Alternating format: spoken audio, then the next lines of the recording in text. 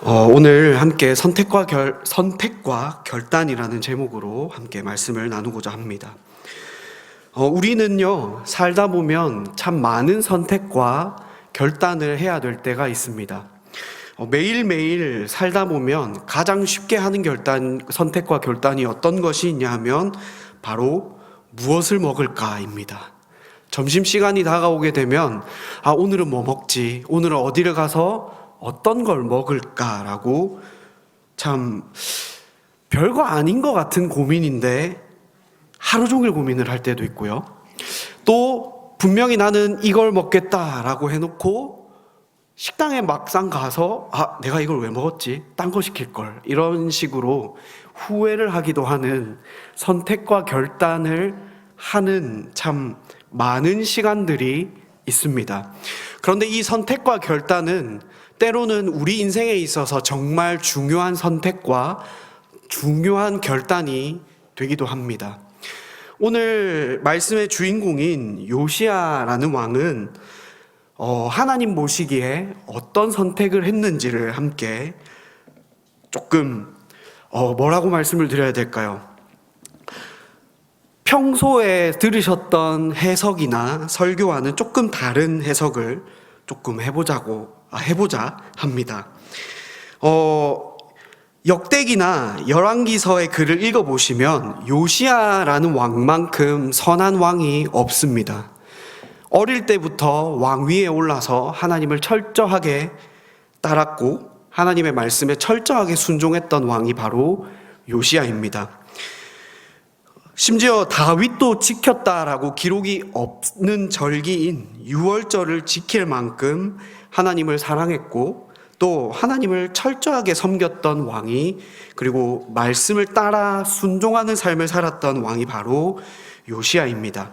그런데 요시야의 인생의 마지막 모습을 보시면 조금은 허무합니다. 애굽 느고 왕과의 전투에서 허망하게 죽음을 맞이하기 때문입니다. 앞서 말씀드린 것처럼 많은 목사님들 또 많은 설교자들이 이 대목에서 설교할 때 또 설명할 때에 요시야 왕은 하나님을 끝까지 잘 섬기다가 마지막에 하나님의 말씀을 듣지 않았기 때문에 이렇게 비참한 죽임을 당한 것이다 라고 많은 분들이 해석하고 설명합니다. 과연 그럴까요? 저는 앞서 말씀드렸다시피 조금 다른 시선 또 틀린 관점으로 요시야 왕에 대해서 우리가 가지고 있는 시선을 깨보고자 합니다. 결론부터 말씀을 드리자면 이 요시야 왕은 끝까지 거룩과 순결을 그리고 하나님을 향한 믿음을 지키려 했던 왕이었고 절체절명의 순간에 자신이 할 수 있는 최선의 방법으로 이스라엘의 타락을 막았던 왕임을 함께 나누고자 합니다. 요시야가 태어날 때 성장한 환경을 조금 설명을 드리면요, 이스라엘의 영적인 환경이 정말 밑바닥을 치던 때였습니다. 그의 할아버지는 성경에서 이 사람만큼 악한 왕이 없다라고 기록할 만큼 악한 왕이었던 바로 므낫세였고요. 역대하 33장 9절 말씀을 보시면 유다와 예루살렘 주민이 므낫세의 꾀임을 받아 악을 행한 것이 여호와께서 이스라엘 자손 앞에서 멸하신 모든 나라보다 더욱 심하였더라 라고 역대기 기자들이 기록할 만큼 이스라엘을 하나님 앞에서 범죄하게 만들었고 또 죄를 무감각하게 만들었고 무분별하게 우상을 섬기게 만들었던 사람이 바로 므낫세입니다. 성경의 연대를 조금 거슬러서 계산해 보시면 요시야가 6살 때까지 므낫세가 살아 있었던 걸로 계산이 됩니다. 므낫세가 말년에 바벨론의 포로로 끌려가 하나님의 도우심을 구하고 또 하나님의 은혜를 경험합니다. 그 후에 크게 겸손해서 회개한 모습이 나타납니다만 므낫세로 인해서 온 유다와 이스라엘 백성들이 우상을 섬기는 것으로 물들었던 것을 어릴 때부터 보고 경험하면서 자랐을 것입니다. 그리고 그 뒤를 이은 요시아의 아버지인 아몬이라는 왕은 2년 동안 왕위에 있었는데요. 그런데 이 아몬이라는 왕은 아버지 므낫세의 나쁜 모습을 그대로 답습합니다. 결국에 신하들의 배반으로 인해서 궁중에서 잔인하게 살해를 당하고 이를 알게 된 백성들이 왕을 시해한 반역자들을 죽이는 사건이 발생합니다. 이 사건으로 요시야가 8살에 왕위에 오릅니다. 이전에 요시야가 어떻게 자랐는지 성경에서는 나타나지 않아서 혹시 몰라 유대 문헌들을 인터넷에서 조금 찾아봤습니다.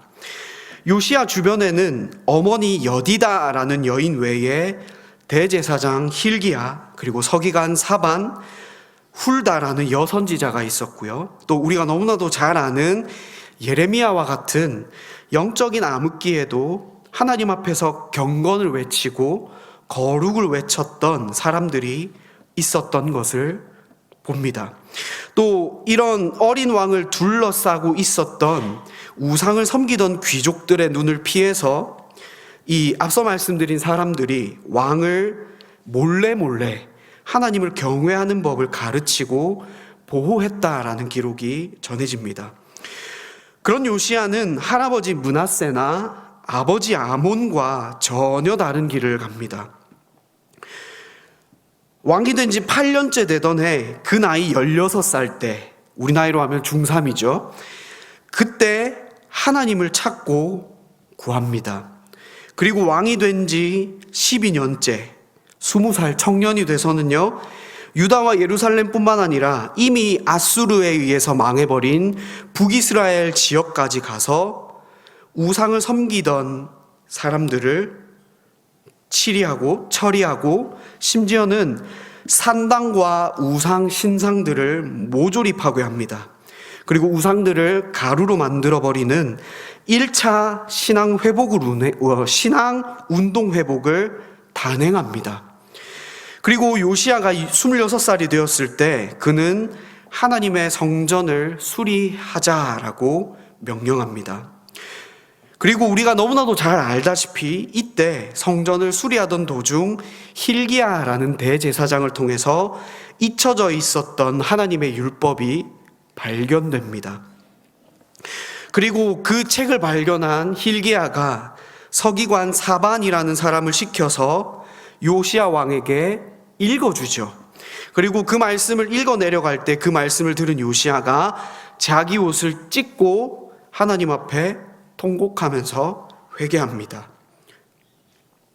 나와 내 조상들이, 또 유다 백성들이 하나님의 말씀을 따라 살지 않았고 얼마나 패역한 모습으로 살았는가, 또 그런 죄로 인해서 하나님의 진노가 우리 이스라엘을 향해 얼마나 크게 쌓여 있는지, 하나님의 심판이 이미 우리 앞에 놓여 있다라는 것을 깨닫고 하나님 앞에 철저하게 회개합니다.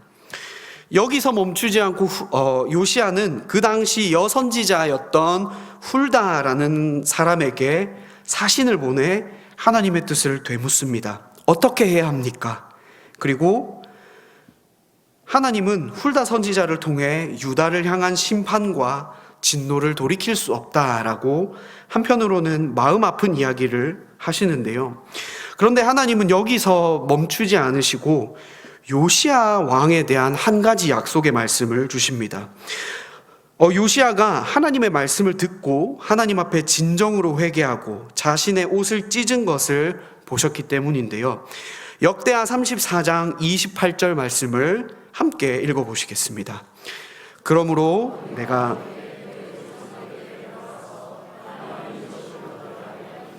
내가 이곳과 그 주민에게 내리는 모든 재앙을 내가 눈으로 보지 못하리라 하셨으니 이에 사신들이 왕에게 복명하니라. 아멘.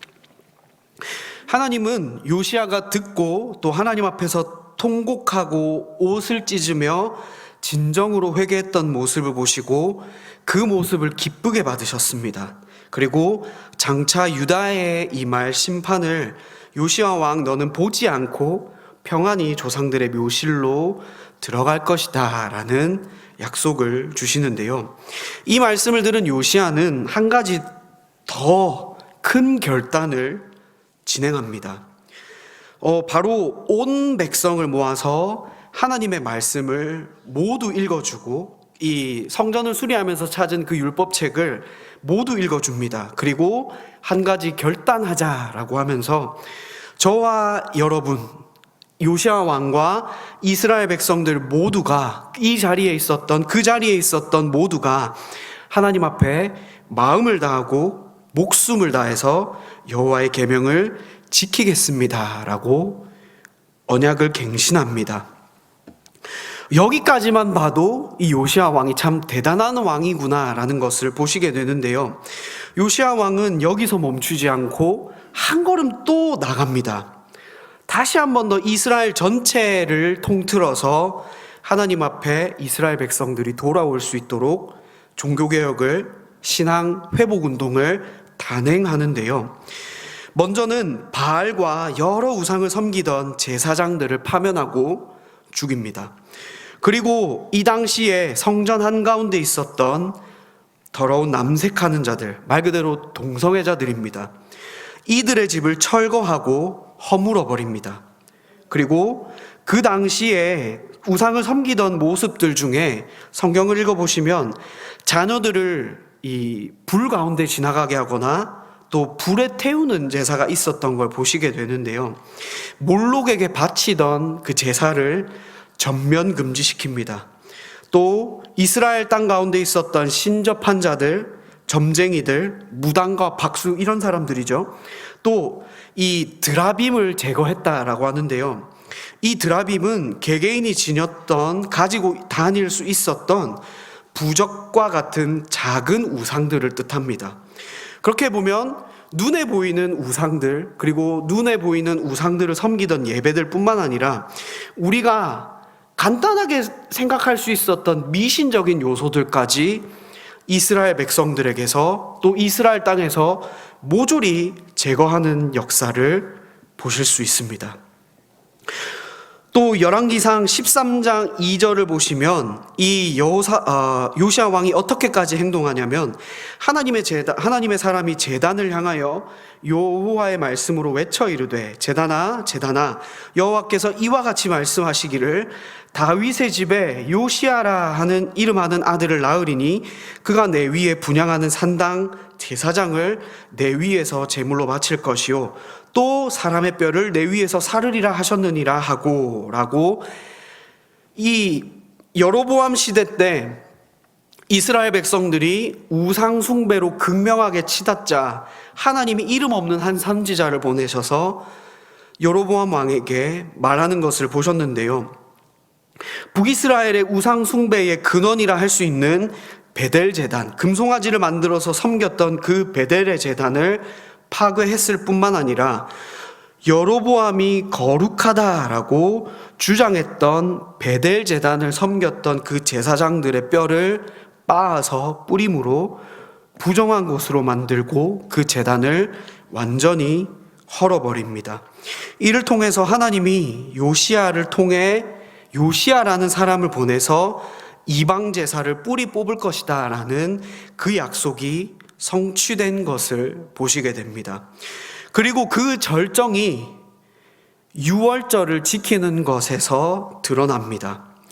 바로 이 1월 14일이라는 정확한 날짜에 또 하나님의 말씀에 기록된 대로 율법에 기록된 대로 이스라엘 백성들을 불러 모아서 성대하게 유월절을 지킵니다. 이때 요시야 왕이 어떻게 하냐면요. 이스라엘 백성들 중에서 하나님 앞에 드릴 재물이 없는 사람은 자기 재산을 그냥 자기가 준비해둔 재물을 유월절 재물로 써라 라고 하면서 짐승들을 이스라엘 백성들에게 줍니다. 그런 모습을 역대기 기자는 역대하 35장 18절에서 선지자 사무엘 이후로 이스라엘 가운데서 유월절을 이같이 지키지 못하였고 이스라엘 모든 왕들도 요시야가 제사장들과 레위인들과 모인 온 유다와 이스라엘 무리와 예루살렘 주민이 함께 지킨 것은 지킨 것처럼 유월절을 지키지 못하였다라고 극찬합니다. 히스기야 왕도 유월절을 지킵니다만 이런 극찬을 받지 못했었습니다. 요시야 왕이 이스라엘 백성들과 함께 하나님 앞에서 유월절을 지켰다라는 것은 구원의 하나님을 기억하며 또 이스라엘 백성들이 누구를 섬겨야 하는지, 누구를 진정한 왕으로 믿고 따라야 하는지 선택해라, 그리고 함께 고백하자라는 그 마음과 의도가 담겨 있었던 것입니다.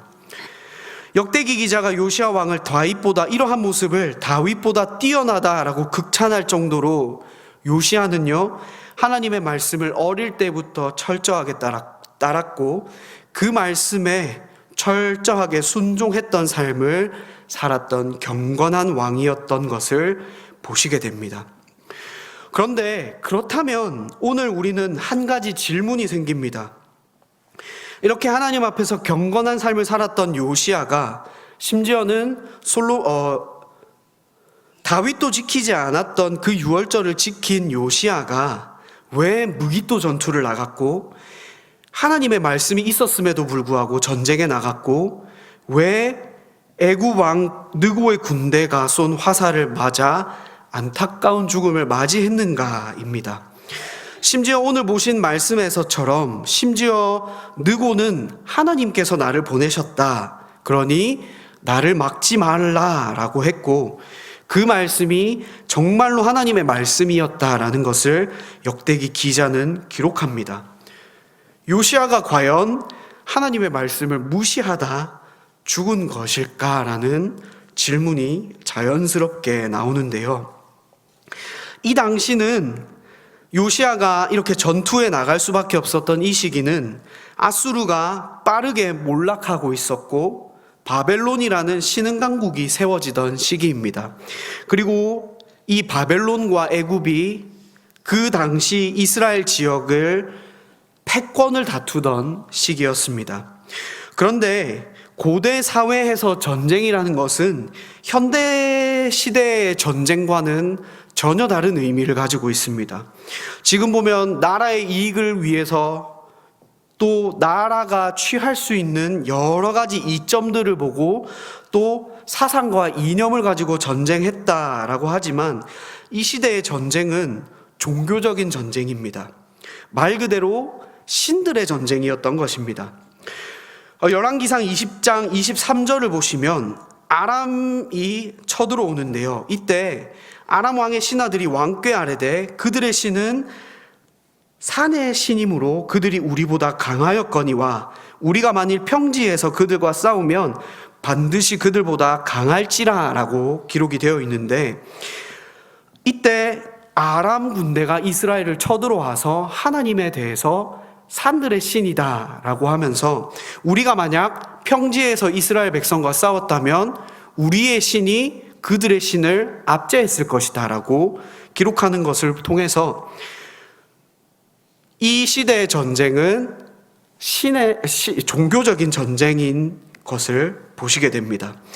그렇다면 다른 강대국이 유다를 지나쳐서 또 유다 땅에서 갈그미스라는 이 지역에서 전쟁을 하게 된다라고 하면 어느 왕국이든 승리하는 그 강대국이 섬기는 이방 문화와 또 그 우상을 섬기는 모습들이 다시금 유대 땅으로 자연스럽게 흘러 들어오게 됩니다.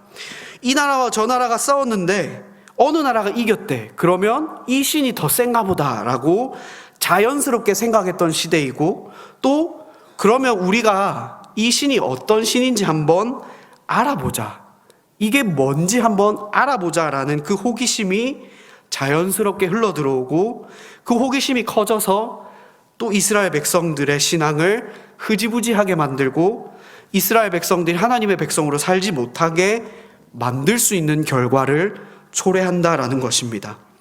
그런데 앞서 말씀드린 이 요시야의 모습을 보시면 성전을 청소하고 이스라엘 백성들의 신앙을 하나하나 뜯어놓은 상태입니다. 그게 얼마 되지 않은 상황입니다.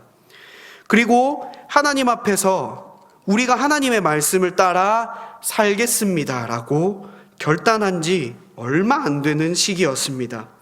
그런데 이방 나라의 군대들이 쳐들어오고 자기 땅에서 싸우고 나가면 자연스럽게 우상의 위협이 다시금 찾아오는 그러한 상황에서 요시야는 그런 모습을 절대로 가만히 둘 수 없었던 것입니다. 그런 모습을 본 요시야가 죽음을 단행하고 전쟁에 나갑니다. 그리고 전쟁에 나간 요시야의 모습을 보시면 그 전쟁에서 물러날 생각이 전혀 드러나지 않습니다. 22절 말씀을 보시면 요시야가 느고의 사신이 한 말을 듣고 몸을 돌이켜서 떠나기 싫어하고 오히려 변장하고 느고의 군대와 맞서 싸우고자 합니다.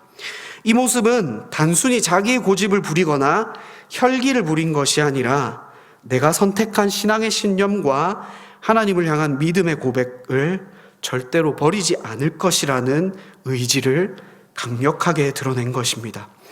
그리고 요시야는 자신의 모습을 숨기고 변장합니다. 내가 왕이라는 신분을 버리고 포기할지라도 이방 민족들의 우상이 이스라엘 땅과 백성들을 향해 흘러 들어오는 것을 끝까지 막아낼 것이다라는 선택과 결단을 단행한 것입니다. 요시야는 죽음의 위협을 몰라서 나간 것이 아닙니다. 오히려 그 반대로 죽으면 죽겠다라는 단호한 각오로 하나님의 나라의 백성으로서 또 거룩과 정결함과 신앙의 순수함을 지키기 위해 목숨을 걸고 나갔던 것입니다. 이에 대해서 성경 전체의 증언을 보시면요, 요시야의 선택과 그 결단이 또 그로 인한 죽음이 불순종이라는 기록이 나타나지 않습니다. 오히려 역대기 저자는 요시야의 기록을 마무리하면서 그의 사적을 이렇게 요약합니다. 오늘 보신 35장 26절 말씀을 보시면 요시야의 남은 사적과 여호와의 율법에 기록된 대로 행한 모든 선한 일과라고 기록합니다. 특별히 여기서 보셔야 할 단어가요, 선한 일이라는 단어입니다. 이 단어는 헤세드입니다. 많이 들어보신 단어죠. 뜻도 잘 아시는 단어죠. 바로 하나님의 신실하신 사랑을 드러낼 때 사용한 바로 단어가, 또 하나님의 신실하신 그 성품을 드러낼 때 사용한 단어가 바로 헤세드입니다. 그러면 혹시 다른 왕들에게도 기록된 게 아니냐, 사용된 게 아니냐라고 찾아보니까요, 이렇게까지 기록된 왕이 없었습니다. 그렇다면 이 요시야의 행적에 대해서 그의 평생에 하나님 앞에서 변치 않는 모습을, 그리고 신실한 모습을 보였을 뿐만 아니라 그 모습이 이스라엘 백성들에게 귀감이 될 정도로 하나님을 사랑했었고 하나님의 뜻을 따라 살았던 것을 반증하는 것이고 평가하는 모습이 이렇게 기록되어 있습니다. 또한 두 번째로 이스라엘 백성들의 모습과 선지자 예레미야의 모습에서 그 모습이 다시 한 번 더 증언이 되는데요. 요시야가 죽었다라는 것이 이스라엘에게 퍼지자 유다와 이스라엘이 슬퍼합니다. 노래하는 남녀가 요시야를 위해 슬픔의 노래를 지어 불렀고 그것이 이스라엘에게 규례가 됩니다. 하나님 보시기에도 옳은 것이었고 이스라엘 백성들 누가 봐도 옳았다라는 것입니다. 뿐만 아니라 그 시대의 하나님의 마음을 그 누구보다 잘 알았던 눈물의 선지자라고 불렸던 예레미야 역시 요시야의 죽음을 뼈아파하면서 애가를 지었다라고 합니다. 세 번째로 훌다와 또 이사야 선지자의 선포가 일치하는 것을 보시게 되는데요. 앞서 말씀드렸다시피 하나님은 훌다 선지자를 통해서 이스라엘 백성들이 겪게 될 하나님의 심판과 재앙을 요시야 너는 보지 않을 거야 라고 약속하십니다. 그리고 너는 하나님의 평강 안에서 죽을 것이다, 조상의 묘실에 묻힐 것이다 라고 하나님께서 약속하십니다. 이 모습이 이사야 57장 1절을 보시면 의인이 죽을지라도 마음에 두는 자가 없고 진실한 자들이 거두어 가심을 당할지라도 깨닫는 자가 없도다. 의인들은 악한 자들 앞에서 불리어 가도다라고 이사야 선지자가 선포하고 있는데요. 요시야 왕이 죽은 뒤 세워진 왕들의 모습을 보시면 이스라엘 백성들은 다시금 급격하게 우상숭배에 빠집니다. 그리고 하나님을 떠나 살고 타락의 길로 갑니다. 결국 요시야 왕이 죽은 지 23년 만에 나라가 망합니다. 이를 통해서 보시는 것은 하나님은 당신을 사랑하는, 당신의 사랑하시는 그 시대의 의인이었던 요시야를 거두어 가심으로 세상 사람들이 보기에는 허망한 죽음으로써 거두어 가시고 죽게 하셨지만 그를 보호하시고 하나님의 평안을 그에게 주셨고 또 이스라엘 백성들에게 합당한 심판을 행하신 것을 보시게 됩니다. 성경 안에서 또 범위를 넓혀서 보시면 사도행전 21장의 사도 바울의 모습과도 너무나도 비슷한 요시야의 모습을 보시게 됩니다. 사도행전 21장을 보시면 예루살렘으로 가려는 사도 바울이 밀레도 해변에서 에베소 교회 성도들과 작별 인사를 합니다.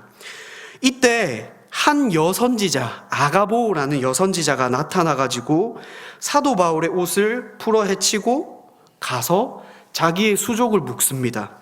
그리고 이 옷의 주인이 예루살렘으로 가면 결박당해서 이방인의 손에 넘겨질 것이다, 죽을 것이다 라고 예언합니다. 그런데 놀랍게도 사도행전 21장을 찾아보시면요, 사도행전 기자는 이 말이 성령께서 하신 말씀이다 라고 단호하게 기록합니다. 그런데 사도 바울의 모습을 보시면 더 놀랍습니다. 에베소 성도들 앞에서 왜 우십니까? 왜 내 마음을 상하게 하십니까?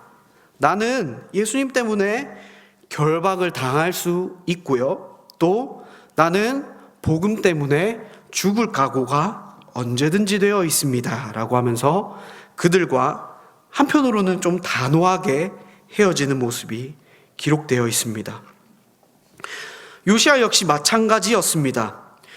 세상 사람, 앞서 말씀드린 것처럼 자신의 선택과 결단이 세상 사람들이 보기에는 이게 과연 선한 왕이야? 라고 하는 결단이, 자신의 선택과 결단이 죽음일지라도 하나님의 백성으로서 믿음을 지키고 신앙의 본질을 지키기 위한 자신이 할 수 있는 최선의 선택과 결단을 다했고 또 행동했고 결과를 담담하게 맞이한 것입니다. 사랑하는 성도님들, 한편으로는 우리가 가지고 있는 틀이 깨지면 좋겠습니다. 세상은요, 때로는 우리 자신 스스로도 눈에 보이는 결과만 보고 다른 사람의 신앙과 모습을 판단하기도 합니다.